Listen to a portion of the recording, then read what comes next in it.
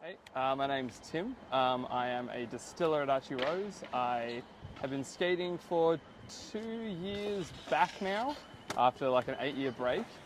Yeah.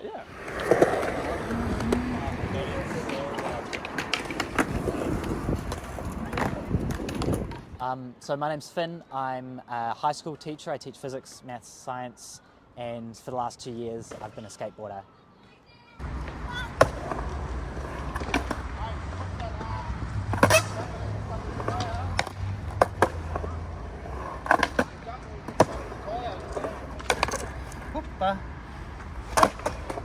Hi, I'm David. I'm 33 years old and I'm a beginner skateboarder. Profession is a music teacher and music performer in Sydney. So back when I started, maybe 2 years ago, I was skating with a friend of mine, but he was really only available every other couple of weeks, and that wasn't quite great. And I met a few sort of lovely people around at different skate parks. Finn was one of them, and I just started adding people to a Facebook chat. If I saw them, they were either at my level or a little bit lower, or just first time ever on the board, go over, have a chat, and see how they're doing, see if I can help them, and then ask them if they want to skate another time. Really, yeah. It's just making friends and having a group of people around you to sort of push yourself to do things that you wouldn't normally try. I think Finn's over there is a good example of that. He does some wacky stuff. It's got kind of a very creative mind, and you find yourself doing things you weren't expecting to try. You might not land all of them, but it's definitely cool to sort of grow your skills in that sort of way.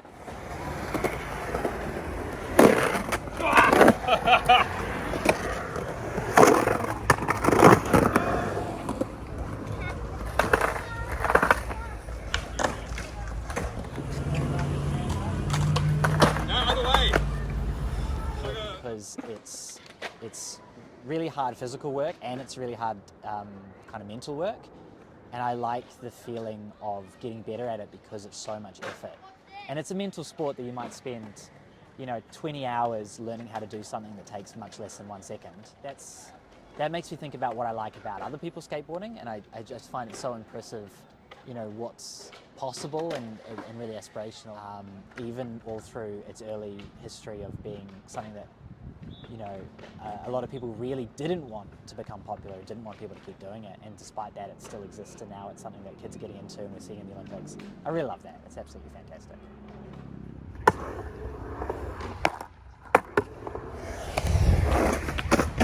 The main thing that has stood out to me is the shift since I started skateboarding and how I see the landscape. And I guess you could say that the environment is like the canvas and the skateboard is like the brush.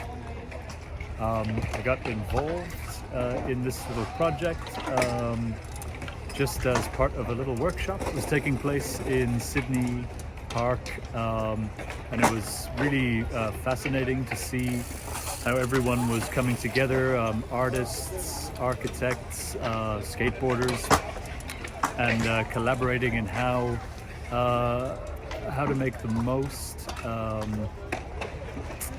interesting and approachable for an inclusive range of people. Landscaping, I guess. Very, very interesting to see the collaborative process, and inspiring. I think it's nice to remind ourselves that skating is a really creative sport, and people are inventing tricks all the time, the pros are, but even if you're a beginner, it's a form of creative expression to figure out ways that you can use what you know how to do with the environment you have in front of you. Historically, even skateboarding being something you weren't allowed to do regardless of whether it was like, don't skate on this, it's not built for it, or it's too busy here, just do not skateboard, was, that was really strong for a long time. There's always been skatable art, but mostly it wasn't intended to be, and it was something that skateboarders would notice and think, I could skate on that, and then it becomes sort of a oppositional thing between them and authority and people saying, don't skate on this, don't skate on that. I think it's a really nice way to just kind of kill that sort of negative element to the culture and say, you know what, it is for skating. It can be. We can make it strong enough. We can make it resilient enough. We can make it accessible. And so we still get to keep that tradition of finding ways to skate on things without it having to be a fight all the time.